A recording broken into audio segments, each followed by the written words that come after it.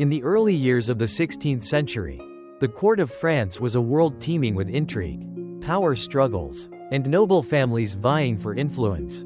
It was in this tumultuous environment that Diana de Poitiers, born in 1500 to the noble house of Poitiers, entered the world, a world that would soon recognize her beauty, intelligence, and political savvy. Diana's early life was one marked by the privileges of aristocracy. She was the daughter of Jean de Poitiers, Count of Saint Vallier, and his wife, Jacqueline de Longwy. As a young girl, she was educated in the finest traditions of noblewomen, well-versed in languages, literature, and the arts. But it wasn't just her intellect that caught the attention of the French court, it was her extraordinary beauty, which would come to define her legacy. Her long, dark hair, pale skin, and graceful presence made her an object of fascination and admiration, though it was her sharp mind and poise that truly set her apart. At the age of 15, Diana's life took a significant turn. In a move typical of the political alliances that governed royal marriages, she was wed to Louis de Braze, the Count of Maulevrier, and a senior nobleman who was 25 years her senior. This marriage, though founded on political gain, would prove to be a defining moment for Diana. Louis was a man of considerable status, but it was clear that his marriage to Diana would not only elevate her status but also place her on a path toward greater influence at court. Diana's beauty and intelligence were soon recognized by the French king, Henri II, who would become the most significant figure in her life. Henri, the second son of François I, was a young man of great charm and ambition. His early years were spent preparing for the throne, but it was his relationship with Diana that would ultimately define much of his reign. Though Henri was married to the politically astute Catherine de Medici, it was Diana who captured his heart and mind, becoming both his lover and confidant. By the time Henri II ascended the throne in 1547, Diana de Poitiers had already secured her place at the heart of the French court. As the official mistress of the king, Diana wielded immense influence over the affairs of the realm. It was not just her physical allure that enchanted Henri II, but her intellect and understanding of court politics. Diana became not only a companion to Henri but also his trusted advisor, offering counsel on matters of governance, foreign diplomacy, and military strategy. In the years that followed, Diana's role in the court became more pronounced. She was not merely a mistress in the conventional sense, she was a powerful political figure in her own right. Her influence extended beyond the king's bedroom. She had a say in the appointment of royal officials and was deeply involved in the arts, encouraging the king's patronage of Italian Renaissance artists and scholars. Her presence at court was so influential that it often led to resentment and jealousy, especially from Catherine de Medici, who was left to navigate the complexities of her own marriage while Henri lavished attention on Diana. Diana's beauty and intelligence were legendary, but it was her political acumen that solidified her place in the annals of history. She became a symbol of power and grace, a woman whose influence stretched far beyond the typical role of a mistress. Her deep understanding of royal politics allowed her to navigate the complex and often dangerous world of the French court, making her one of the most formidable women of her time. As Diana continued to rise in power, she remained a steadfast ally of Henri II. Together, they navigated the shifting political landscape of France during a period of religious conflict and royal intrigue. The alliance between the two was a testament to Diana's strategic mind and her ability to maintain power in a world dominated by men. Her beauty, her intellect, and her political savvy would all play a crucial role in shaping the future of the French monarchy. But as history would show, Diana's influence was not without its challenges. Her relationship with Henri II, while powerful, was also the source of tension and jealousy, particularly from Catherine de Medici, who began to recognize the danger posed by Diana's sway over the king. The political landscape was shifting, and the stakes were rising, yet Diana de Poitiers, with her beauty, intellect, and formidable presence, was ready to play her part in the unfolding drama that would shape the future of France. Diana de Poitiers was no ordinary woman.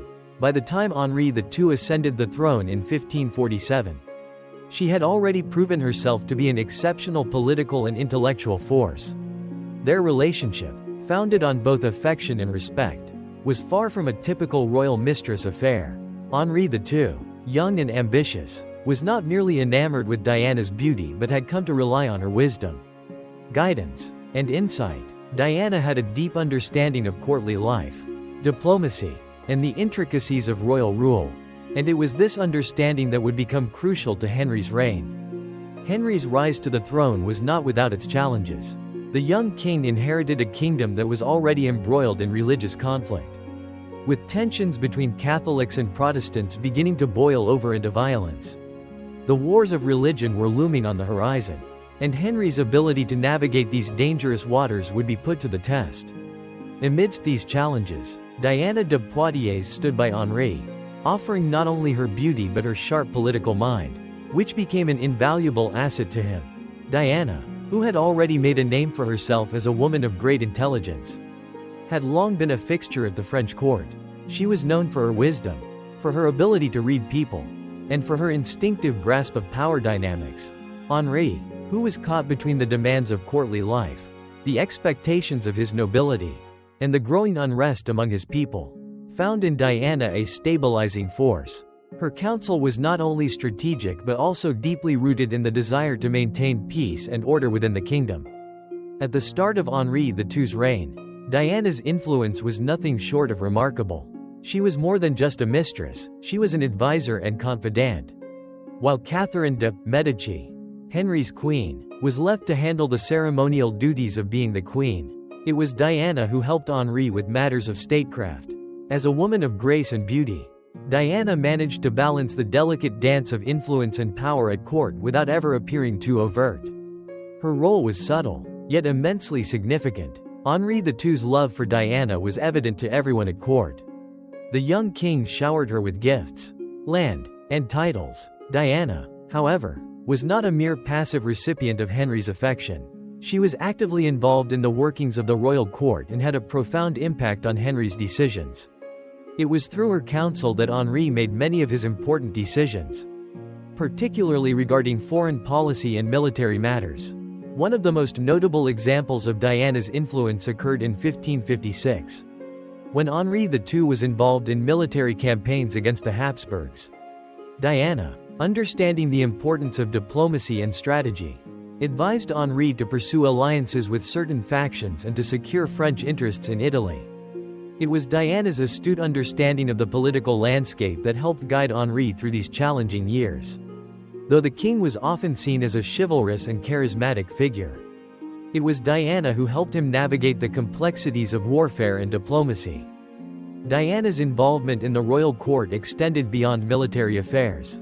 She was also deeply engaged in the arts, and it was through her that Henri became a patron of Renaissance artists and scholars. Diana's own appreciation for art and culture influenced Henry's decisions in these areas. And under her guidance, the French court became a hub of artistic innovation. Diana's own portrait became one of the most celebrated images of the period, and her taste in art and fashion set trends that were followed by many.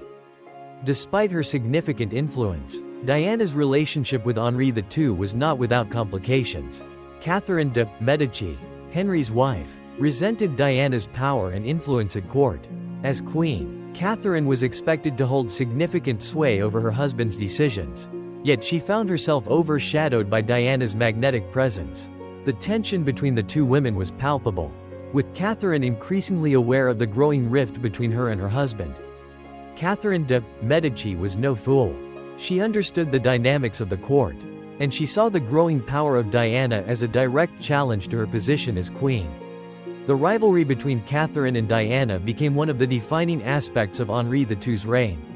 While Henri remained deeply attached to Diana, he was also caught in the middle of his wife's frustrations and Diana's ever-growing influence. At court, Diana managed to maintain a position of subtle power.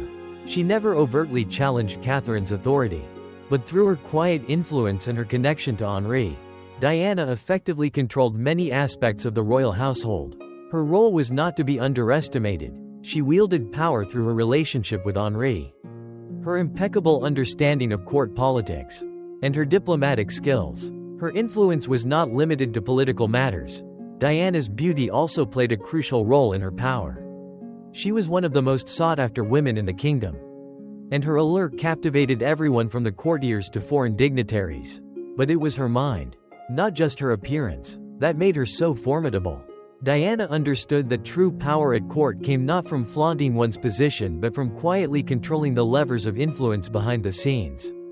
Henri II, for his part, was both enamored with Diana and dependent on her. As king, he had to balance the demands of statecraft with the pressures of court life. And Diana provided a steady hand in both areas. Her presence allowed Henri to focus on the more public aspects of kingship, while Diana handled the subtler but equally important aspects of governance. Together, they made a powerful team, with Diana's political savvy complementing Henri's charisma and ambition. The king's affection for Diana was also demonstrated through his extravagant gestures. He granted Diana vast estates, including the Château de Chenonceau, one of the most beautiful and renowned castles in France.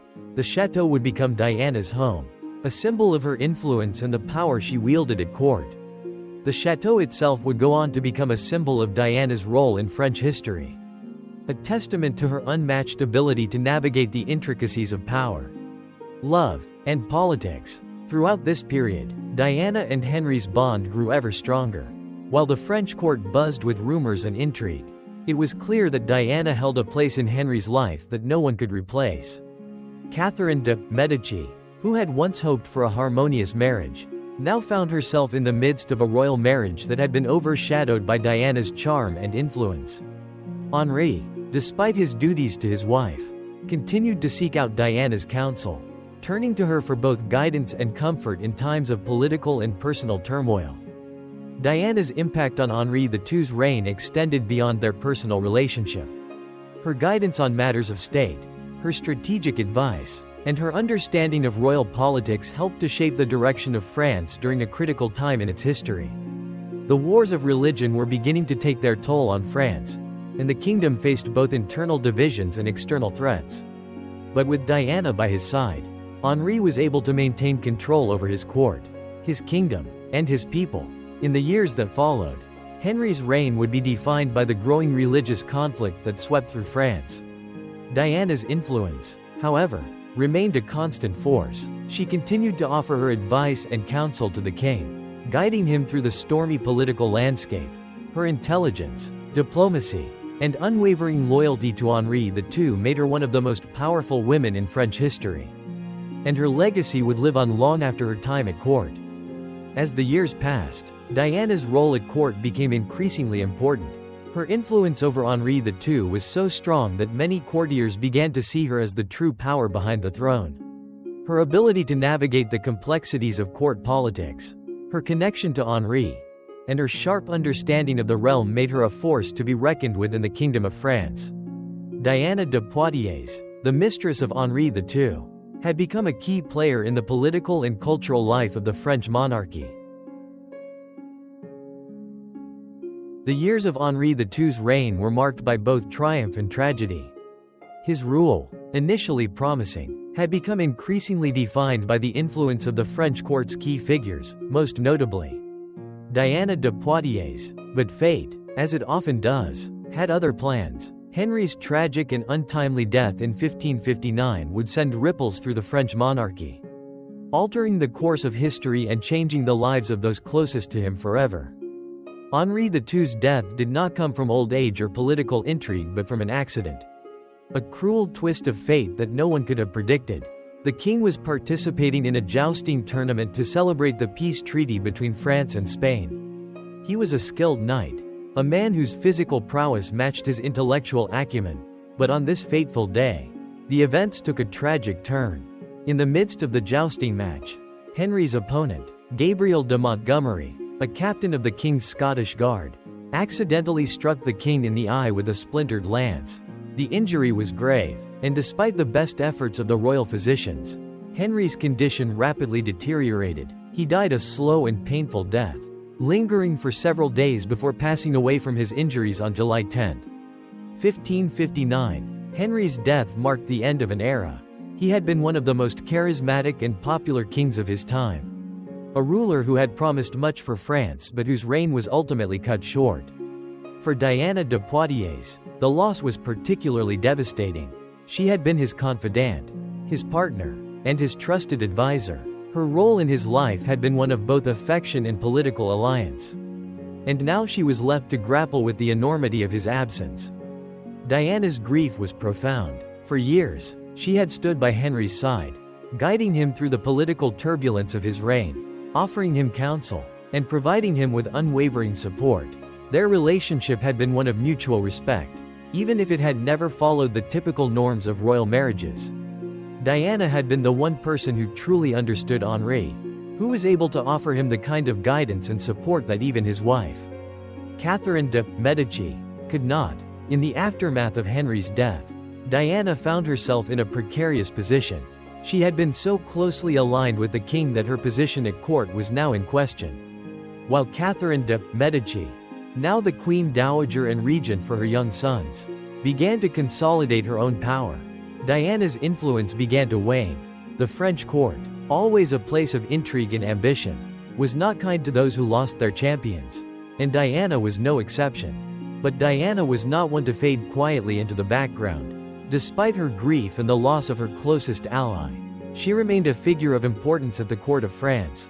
Her ties to the royal family were strong, and her reputation as a woman of intelligence and political acumen meant that she still held sway with many in the French nobility.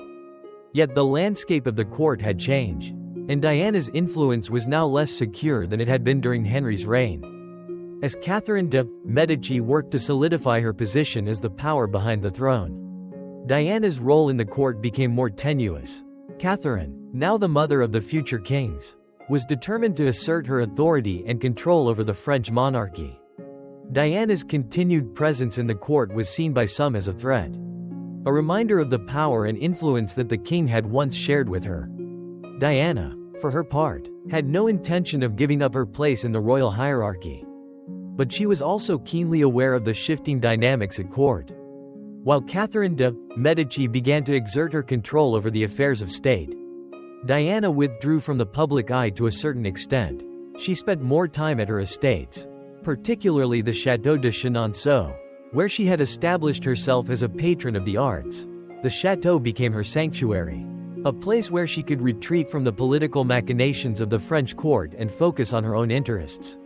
Yet even here, in the privacy of her personal domain, Diana's presence was still felt. Diana's relationship with Catherine de Medici was fraught with tension. Catherine had long resented Diana's influence over her husband, and now, with Henry's death, she sought to regain control over her own court. The rivalry between the two women was undeniable, and it played out behind the scenes of the French court as Catherine sought to undermine Diana's position while also trying to navigate the complexities of ruling as regent for her young sons. In the midst of these political struggles, Diana's role in the court became increasingly symbolic. She was no longer the central figure in Henry's court, but she was still a respected elder stateswoman of the French nobility. Her counsel, though no longer sought after as it once had been, was still valued by some members of the court. Her reputation as a woman of intellect and grace, who had once wielded significant political power, ensured that she was not forgotten, even as the world around her changed. Despite the shift in power, Diana remained a figure of importance in the history of France. Her life and legacy would be remembered not just for her beauty, but for her extraordinary political acumen, her quiet strength, and her ability to navigate the complexities of royal life. She had, in many ways, helped shape the reign of Henri II, and her influence, though diminished, would continue to resonate throughout the history of the French court. As Diana lived through the early years of the reigns of Henry's sons, she found herself observing the changes from a distance. The French court had shifted dramatically, and Catherine de Medici had begun to assert herself as the queen regent in her own right. The balance of power that Diana had once held with Henri II was gone, and the new political realities of France were taking shape. But despite the challenges and the personal loss she had suffered, Diana remained a strong and resilient figure, a woman whose legacy would endure long after she had left the stage. Henri II's death was a turning point, not just in the lives of those closest to him, but in the political and religious landscape of France. With the king gone, the delicate balance of power at court began to shift rapidly. Diana de Poitiers, once a trusted confidant and advisor, now found herself in the shadows of a new order. But even in this time of grief and change, her presence, though diminished, still lingered, a reminder of the old ways of power and influence at the French court. The shifting of power. Catherine de Medici, the Queen Mother, wasted no time in asserting her dominance after Henry's death. With her sons, Francis II, Charles IX, and Henry III, still too young to rule effectively, Catherine took on the role of regent. Her ascent to power was not without its challenges, as she faced constant intrigue from both the French nobility and the foreign powers that had an interest in the future of France. But Catherine, ever the political strategist, knew how to play the game of courtly politics. Her relationship with Diana, always strained due to the long-standing rivalry between them, became even more complex. While Catherine had never fully trusted Diana during Henry's reign, she now found herself needing to navigate the delicate balance of maintaining her power and dealing with Diana's continued influence in the court. Diana, for her part, found herself sidelined but not entirely powerless. Her position was no longer as prominent, but her legacy and reputation as a political strategist and a woman of intellect still held sway with a number of the French nobility. In the months following Henry's death, Diana withdrew further from court life, seeking solace in her private estates. The Château de Chenonceau, her home and symbol of her power, became both a retreat and a fortress for her, as the tides of power continued to shift within the royal family. Catherine, now firmly entrenched as regent, focused on consolidating her position, but she was not blind to Diana's potential threat. The Queen Mother's power was rooted in her ability to manipulate the court. But she could not completely ignore the fact that Diana had once held considerable sway with the king. Diana's reflection. Diana, while grieving the loss of Henri II, also found herself reflecting on the long years of their partnership. She had been the king's trusted advisor, his confidant, and, to some, his closest ally. Her role in shaping the course of France during Henry's reign had been crucial. And while Catherine de Medici now held the reins of power, Diana's impact on the kingdom could not be easily erased. Even if she no longer held the same level of influence, she remained a respected figure in the eyes of many, particularly the old guard of the nobility who had once trusted her judgment. At Chenonceau, Diana began to focus more on her personal interests, especially her passion for art and culture. Her patronage of the arts had been a hallmark of her influence during Henri II's reign, and she continued to support the finest artists and scholars of the time. The chateau itself became a cultural hub, attracting painters, poets, and musicians. Diana's involvement in the arts was not merely an aesthetic pursuit, it was also a strategic one.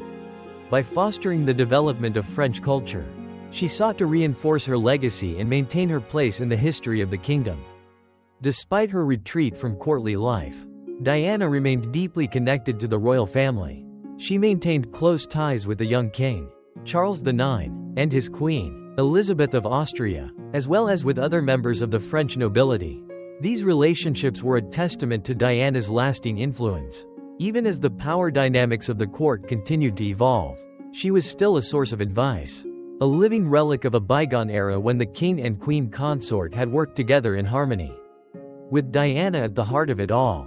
Yet, as the French court became increasingly divided along religious lines, Diana's role in the ongoing political drama became less clear.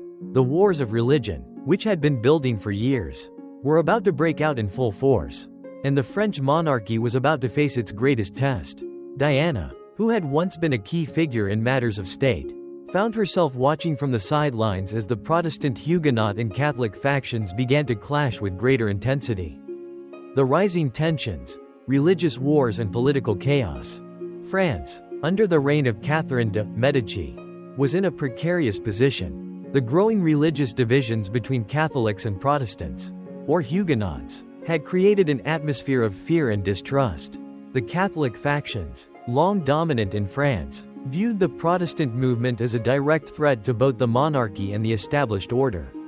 Meanwhile, the Huguenots, led by prominent figures like Admiral Coligny, were becoming increasingly organized and militant, demanding greater religious freedoms and representation. Catherine de Medici, though initially sympathetic to the Catholic cause, soon realized that maintaining peace between the two factions would require a delicate balance.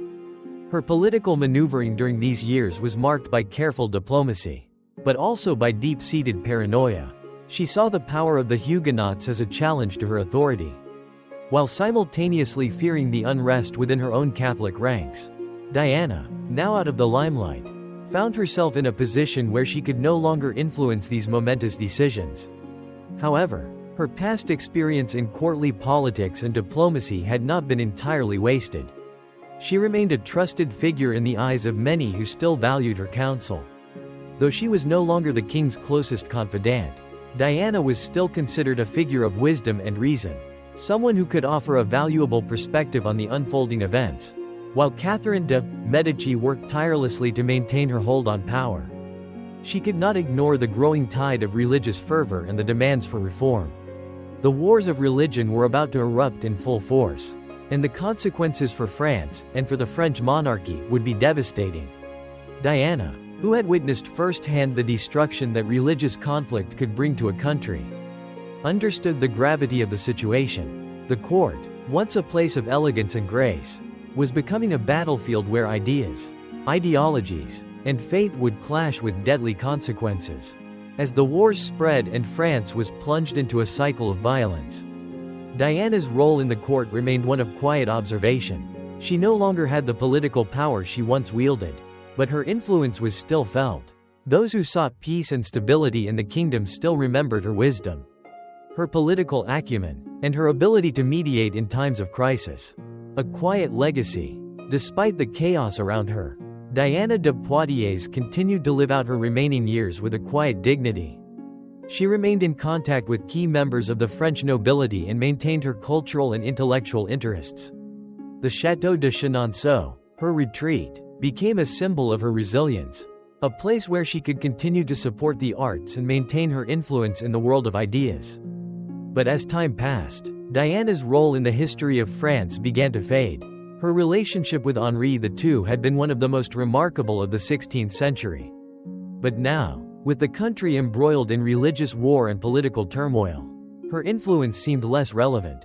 The focus of the court and the kingdom had shifted to the young monarchs and their battles for power.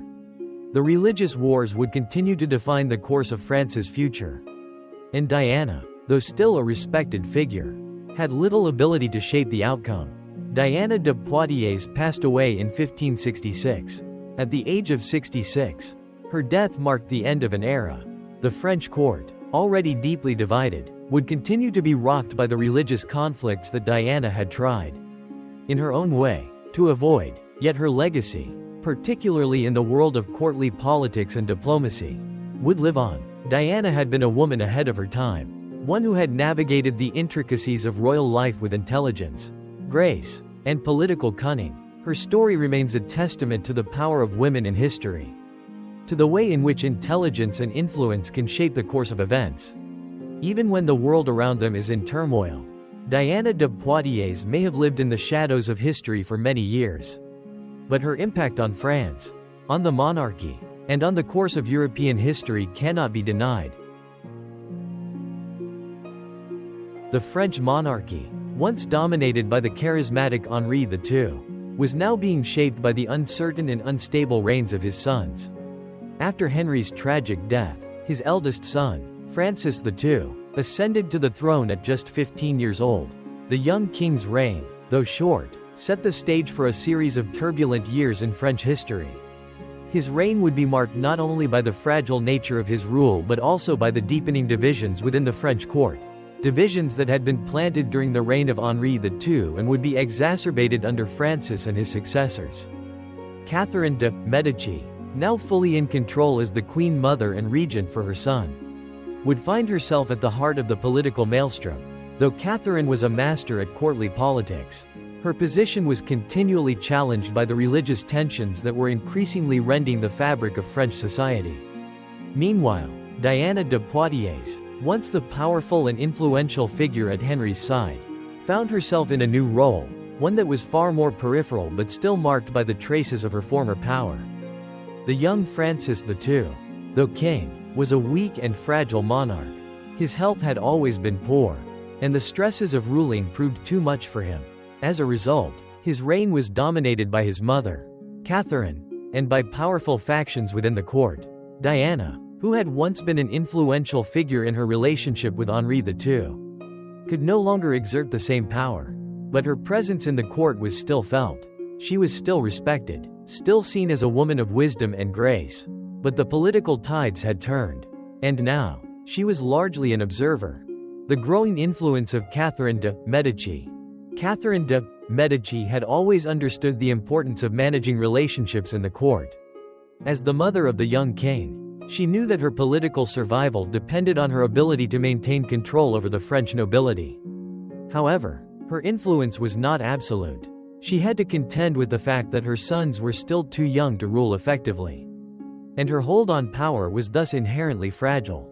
She also faced the rising challenge of religious conflict. France was increasingly divided between the Catholic and Huguenot factions. And this divide was threatening to tear the kingdom apart.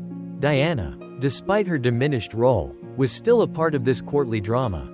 Her relationship with Catherine de Medici had always been complicated, marked by mutual suspicion and rivalry. Catherine, despite her political genius, had never truly trusted Diana, who had held such sway over Henri II. Now, with Francis II on the throne, Catherine was able to exert her authority more forcefully. She understood that her own power was intertwined with the success or failure of her sons' reigns, and she would do whatever it took to secure their positions. Diana's retreat from court life after Henri II's death had been a conscious decision. It had been, in many ways, a reflection of her personal grief, but also of the changing tides at court. Yet, despite her withdrawal, Diana's role in the political intrigues of the time remained important. While Catherine de Medici maneuvered to consolidate her own power, Diana still maintained her ties to many influential figures in the court. Some looked to her for advice, and though her voice was no longer as loud as it had been in the reign of Henri II, she still carried weight. Her continued presence, especially among the nobility, was an indicator that the influence of women at court could not be underestimated. Diana's life was a testament to the fact that, even in the most tumultuous times, the minds of women could shape the course of events, no matter how much they might be pushed to the sidelines. The short reign of Francis II. Francis II's reign was, unfortunately, marked by instability and poor health. The young king's fragile constitution meant that he was unable to handle the immense pressures of ruling.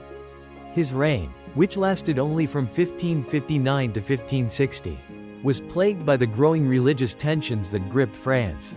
The seeds of the French wars of religion were being sown, and Francis, with his fragile health, was hardly in a position to steer the kingdom away from the impending conflict. As Francis's health deteriorated, his mother, Catherine de Medici, began to play a more prominent role in the kingdom's governance. Despite her own political shrewdness, Catherine found herself at the mercy of the factions that were growing ever more divided along religious lines.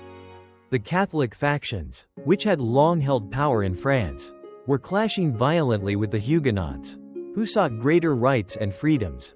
It was in this fraught environment that Catherine tried to secure her position. But the mounting tensions, especially in the wake of Francis II's illness, made it clear that the kingdom was on the brink of collapse.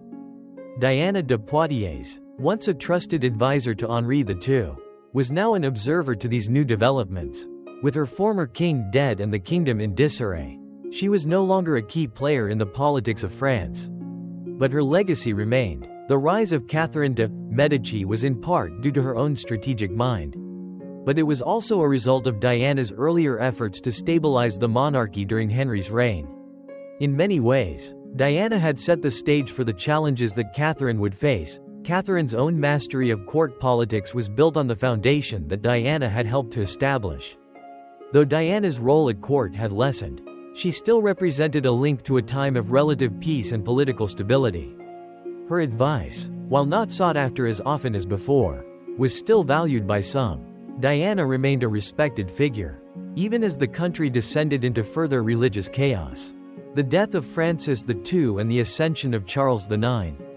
In 1560, Francis II died at the young age of 16, and his untimely death left the throne to his younger brother, Charles IX. At just 10 years old, Charles was hardly fit to rule, and once again, the power of the French monarchy passed to Catherine de Medici, Who became regent? With Charles IX on the throne, the situation in France grew even more complex.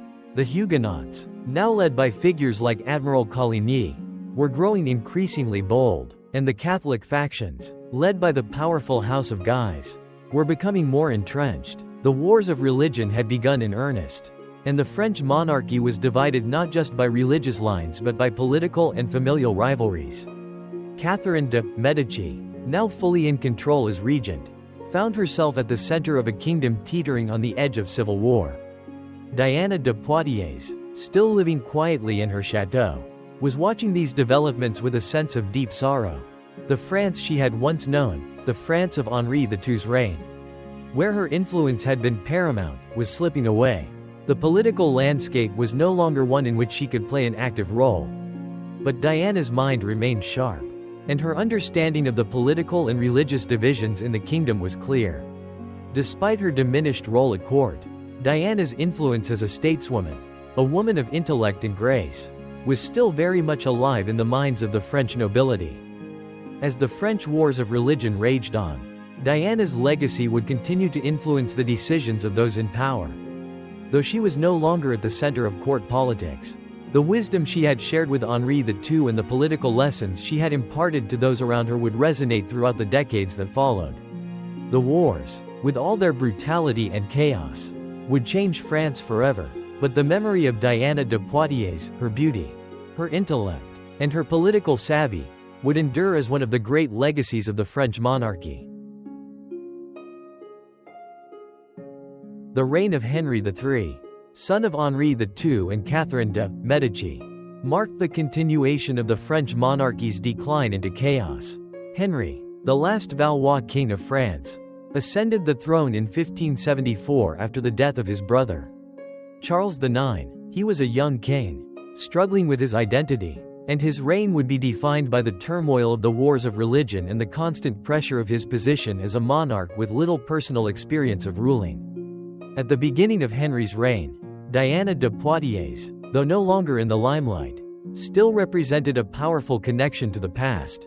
She had witnessed the rise and fall of monarchs, the shifting tides of court politics, and the shifting religious alliances that had torn France apart. But more than that, she had been an integral part of Henri II's reign, the king whose influence and political relationships still reverberated in the court of Henri III. Diana had left an indelible mark on the trajectory of the French monarchy. And though the reign of Henri III seemed to belong to a new generation, Diana's shadow lingered. Diana's relationship with Henri III was not one of intimacy in the way it had been with his father, but it was one grounded in respect, admiration, and perhaps an unspoken understanding. Henri III, as an individual, was caught in a world of contradictions. He was deeply religious, yet had to contend with the ever-present threat of religious war. He was a king of intelligence and culture but was constantly torn between the political necessity of appeasing his Catholic factions and the pragmatism required by the Huguenot factions. In the early years of Henri III's reign, the Huguenots were continuing to gain strength, and the wars of religion had entered a new phase. The French nobility, divided between Catholics and Protestants, threatened the very fabric of the kingdom. Henry, despite his best intentions, was constantly embroiled in these religious conflicts, attempting to bring stability to a country on the brink of civil war. In this context, Diana, though older and no longer politically active in the same way, still had much to offer. As the king sought counsel from various figures in the court, Diana, though not formally involved in the politics of the time, was often turned to by those who sought wisdom. She had been an advisor to Henri II and had played a role in the political and military strategy that had helped to stabilize France during his reign. While her ability to directly influence the affairs of the kingdom had waned, her legacy still carried weight. Many of the old nobility, who had trusted her judgment, looked to her in moments of crisis. Though Diana's role was now more symbolic, her presence still mattered. She had been a link between Henri III and the previous reigns. Her reputation as a woman of intelligence and political insight had earned her the respect of the court. And even though she did not hold the same direct influence, her observations on the political climate and her counsel were still valued. Diana's continued involvement in the arts and her cultural influence were also important in maintaining her relevance at court. while the court of Henri III was filled with the heavy hand of politics and war. Diana, at Chenonceau, was still regarded as a patroness of the arts and a supporter of the Renaissance culture that had flourished under her patronage during Henri II's reign. Her chateau, the magnificent Chenonceau, was not only a retreat but also a cultural hub. It became a place where artists, philosophers, and courtiers gathered, continuing the intellectual and cultural legacy that Diana had been so instrumental in building. Even as the religious wars continued to ravage France, Diana maintained her dignity, her poise, and her commitment to the ideals that had made her a powerful figure at the court of Henri II. She was no longer at the center of the action, but her legacy, both as a political advisor and as a patron of culture, left a lasting imprint on the court of Henri III. The tensions and struggles that marked Henry's reign only served to underline the distance between the relative peace and prosperity of Henri II's reign, which had been shaped, in part, by Diana's guidance. Diana's quiet power. Diana, now in her late 60s, had moved away from the court's political games. Yet she retained a quiet power that extended beyond the walls of the royal palace. Her reputation as a wise and politically savvy woman was still intact. Even if her physical presence in the court was less frequent, her influence was now more subtle. Operating through alliances and friendships she had cultivated over the years, she maintained a small circle of loyalists, and her advice, though not often sought, was always respected. It is in this quieter phase of her life that we see the full measure of Diana's power, not through her direct political influence, but through her legacy, the relationships she had built during Henri II's reign, her understanding of the complex politics of the French court, and her role as a mediator between conflicting factions continued to affect the decisions of those in power. The court of Henri III, struggling with the challenges of the wars of religion, was a place of great instability. Factions were divided, and religious lines were sharply drawn. The Huguenots, led by figures like Admiral Coligny, continued their fight for religious freedom, while the Catholic factions, led by the powerful House of Guise, grew more entrenched. The monarchy was caught between these opposing forces, and Henri III found himself constantly torn between the demands of his Catholic supporters and the political necessity of appeasing the Huguenots. Though Diana was no longer able to offer counsel directly to the king, her influence continued to be felt in these turbulent times. Her understanding of the political landscape, her experience navigating the court's dangerous waters, and her connections to both Catholic and Protestant factions helped to maintain a sense of balance in a court that was increasingly fractious. Diana's final years. Diana's last years were marked by quiet dignity. Despite the turmoil surrounding her, she lived a life that was peaceful, reflective, and devoted to the cultural pursuits that had always been her passion. Her Château de Chenonceau remained a beacon of the refined world that she had helped create, and it became a place of refuge for artists, intellectuals, and those who sought solace from the storms of religious war. As the wars raged on, Diana continued to live out her final years in relative seclusion, surrounded by the legacy of the life she had led. The chateau that had once been a symbol of her influence now stood as a testament to the legacy she had left behind, a legacy of intellect, diplomacy, and culture. Diana had played a crucial role in the shaping of France's royal court. And though her direct influence was no longer present, her mark on the French monarchy remained indelible. In 1566, Diana de Poitiers passed away, at the age of 66, having outlived both her king and her influence in the court. Her death marked the end of an era in the French court, an era in which a woman had wielded subtle but immense power, shaping the destiny of the monarchy. Her legacy, however, lived on in the cultural and political fabric of France. The enduring legacy of Diana de Poitiers. Though Diana's direct political influence had waned by the time of Henri III's reign, her legacy remained. The French court of the 16th century had been a place where political maneuvering, courtly love, and intellectual pursuit intertwined, and Diana had been one of the most influential figures in shaping that world. Her life, marked by her beauty, intellect, and political astuteness, had helped to guide the reign of Henri II, and her impact continued to echo throughout the political and cultural life of France for years to come.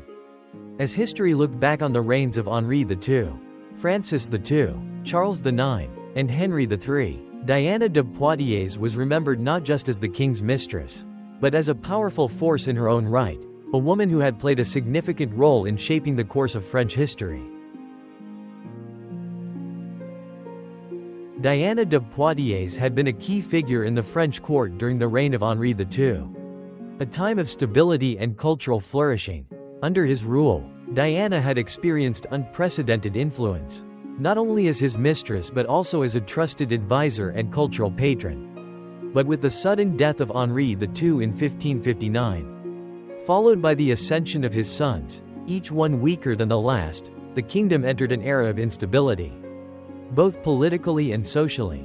As the years passed, Diana found herself increasingly relegated to the margins of court life, with Catherine de Medici assuming the role of regent for her sons. Diana's influence waned considerably. While Catherine deftly navigated the treacherous waters of court politics, Diana, though still highly respected, was no longer an active player in the day-to-day governance of France. Her role in the court had shifted from that of a key political advisor to a figure whose presence was more symbolic than functional. The changing political landscape. The death of Henri II had left a void in the French monarchy. His strong leadership, despite his personal flaws, had managed to keep the kingdom relatively stable amidst the rising tides of religious conflict. Henry's reign had been one of peace, at least relative to what came after, but it had also been marked by political manipulation, intrigues, and the growing tensions between Catholics and Protestants. Diana had played her part in the machinations of the court, helping Henri to navigate this complexity with intelligence and grace. But now, under the reigns of his sons, Francis II, Charles IX, and finally Henry III, the kingdom was in turmoil. The wars of religion, which had begun as a series of sporadic religious conflicts, erupted into full-scale violence between Catholic and Huguenot factions. France was torn apart by these divisions, and the monarchy was forced to grapple with both internal strife and the external threat of foreign influence, primarily from the Habsburgs. With the rise of Catherine de Medici as the central figure in the French court, Diana was left to observe, rather than influence, the unfolding events. Catherine, astutely aware of the ever-present dangers to her position as regent, began consolidating power within the court. Her own political strategies, rooted in the complex web of familial relationships and religious divisions, ensured that her influence grew as the monarchy's authority over the country began to wane. While Catherine may have resented Diana's previous power, she could not completely ignore the influence Diana still commanded in certain circles of the French aristocracy. Diana's relationships with the old guard of the French nobility, her deep knowledge of courtly matters, and her long-standing reputation as a political advisor made her a respected figure, even if she no longer had a direct hand in governance. Despite Catherine's efforts to solidify her control over the monarchy, the court's atmosphere became increasingly volatile. The political landscape was shifting, and no one could predict where it would lead. With France divided by religion and threatened by internal strife, Diana found herself on the periphery of this new era, a witness to the changes but no longer the active participant she once was. The personal decline. Diana, in her 60s, was no longer the young woman who had captivated Henri II with her beauty and charm. Though she had aged with grace and retained her sharp intellect, the passage of time brought with it the inevitable retreat from the public sphere. Her days of influence at the court were behind her, and with the rise of new political forces, her role was now relegated to that of a matronly figure whose advice was sought by a few, but whose influence was no longer central to the kingdom's fate.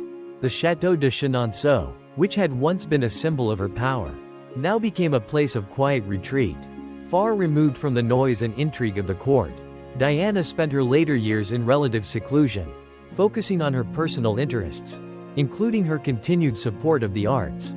Despite her withdrawal from politics, she continued to be a patron of the Renaissance, supporting artists, poets, and intellectuals who sought refuge in the peaceful surroundings of her chateau. Her legacy, however, was not forgotten. The reputation she had built during Henri II's reign as an astute political advisor and confidant remained intact, and many continued to remember her as one of the most powerful and intelligent women to ever inhabit the court of France. Though she was no longer a direct participant in the kingdom's affairs, her quiet support for the arts, her role in shaping courtly culture, and her legacy as a patron of learning continued to reverberate through the halls of French society. However, for all the respect she commanded, Diana's personal life was marked by the heavy toll of her earlier years. The loss of Henri II had left an indelible scar on her heart, and her ongoing role as a widow who had lost her king was a source of sorrow.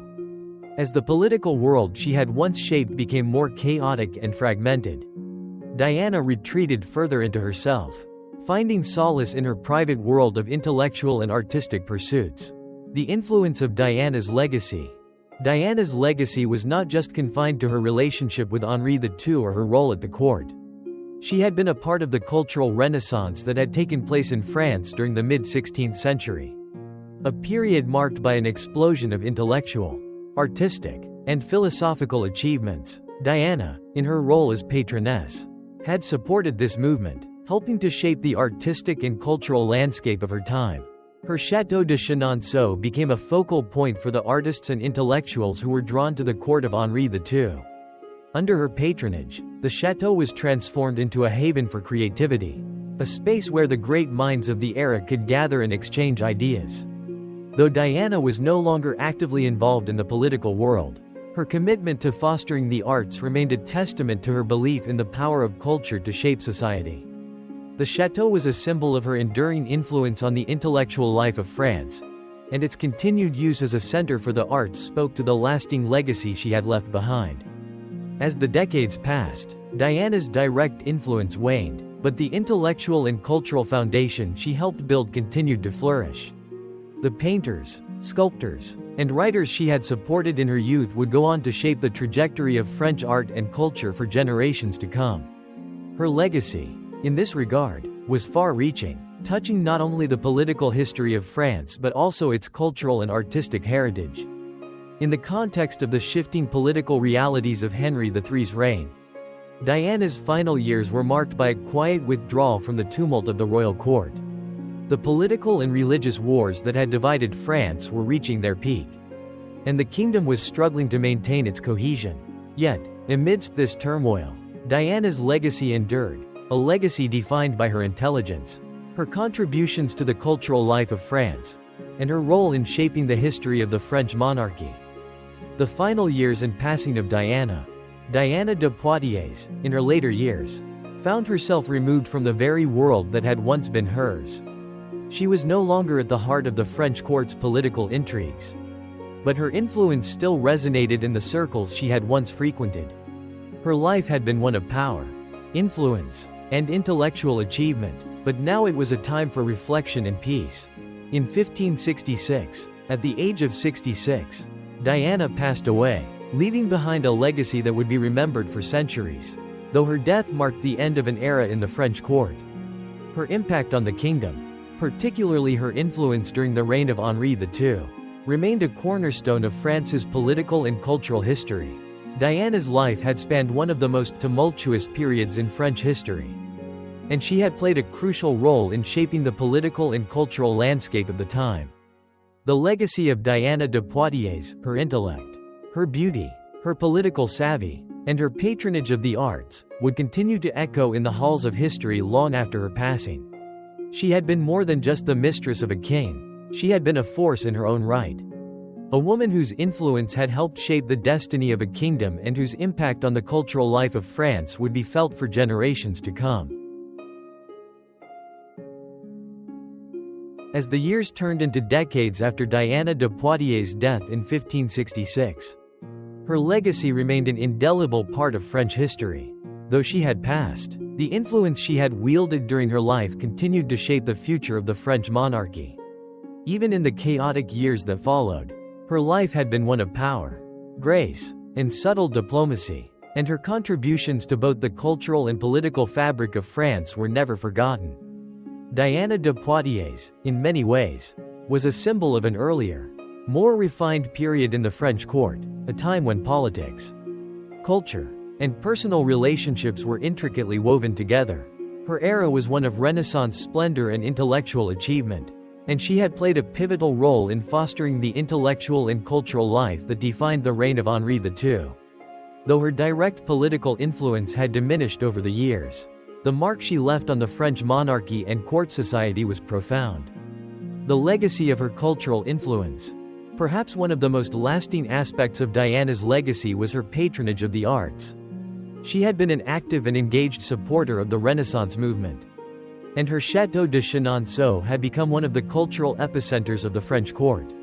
Under her patronage, the château had flourished as a sanctuary for artists, musicians, poets, and intellectuals. It was a space where great minds came together to share ideas and create works that would shape the cultural trajectory of France for generations to come. Long after Diana's death, Chenonceau remained a symbol of her cultural influence.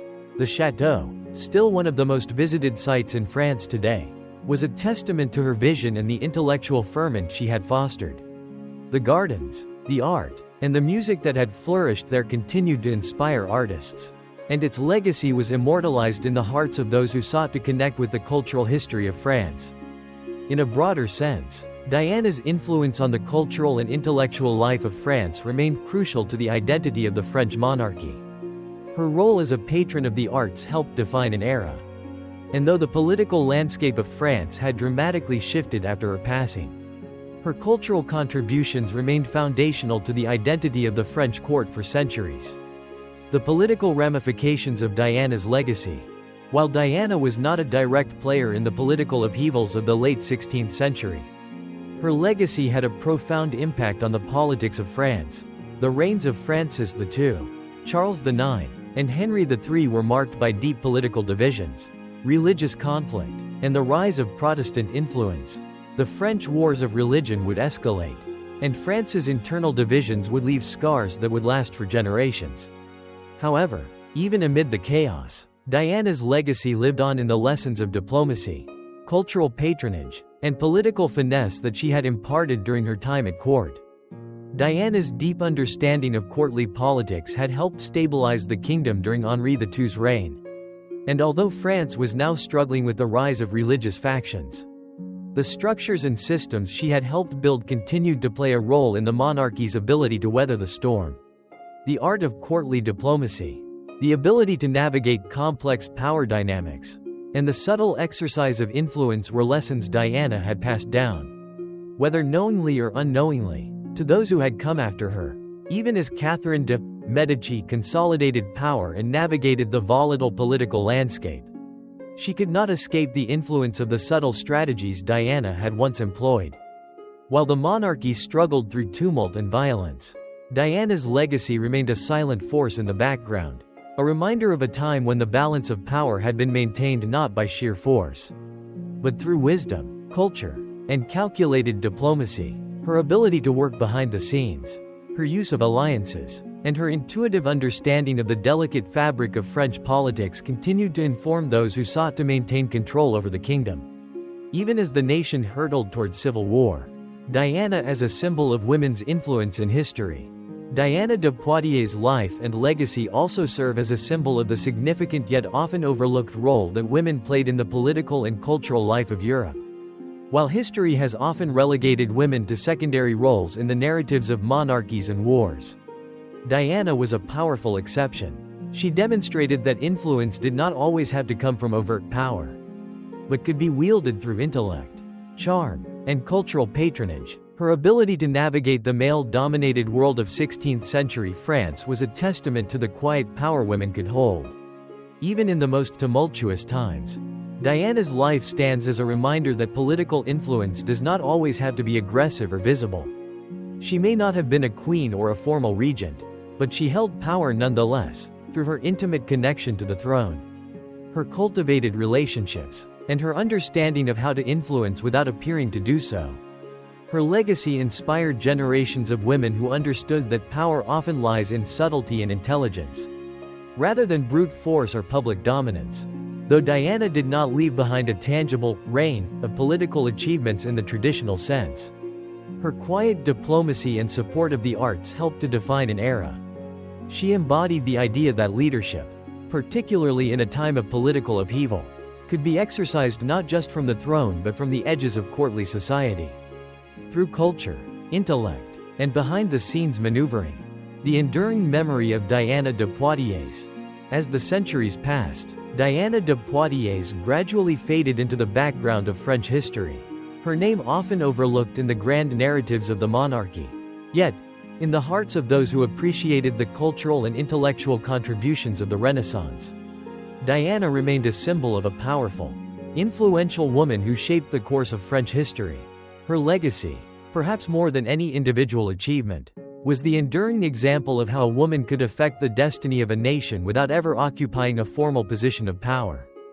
In the years following her death, French historians and biographers would look back on Diana's life with renewed appreciation.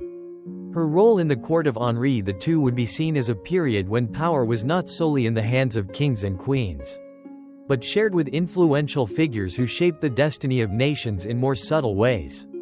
Diana's story was one of intelligence, culture, and power, an enduring reminder of the complexities of royal life, and the women who, often in the background, helped shape it. Diana de Poitiers' legacy was one not just of influence, but of grace that would continue to permeate the halls of French history for centuries to come.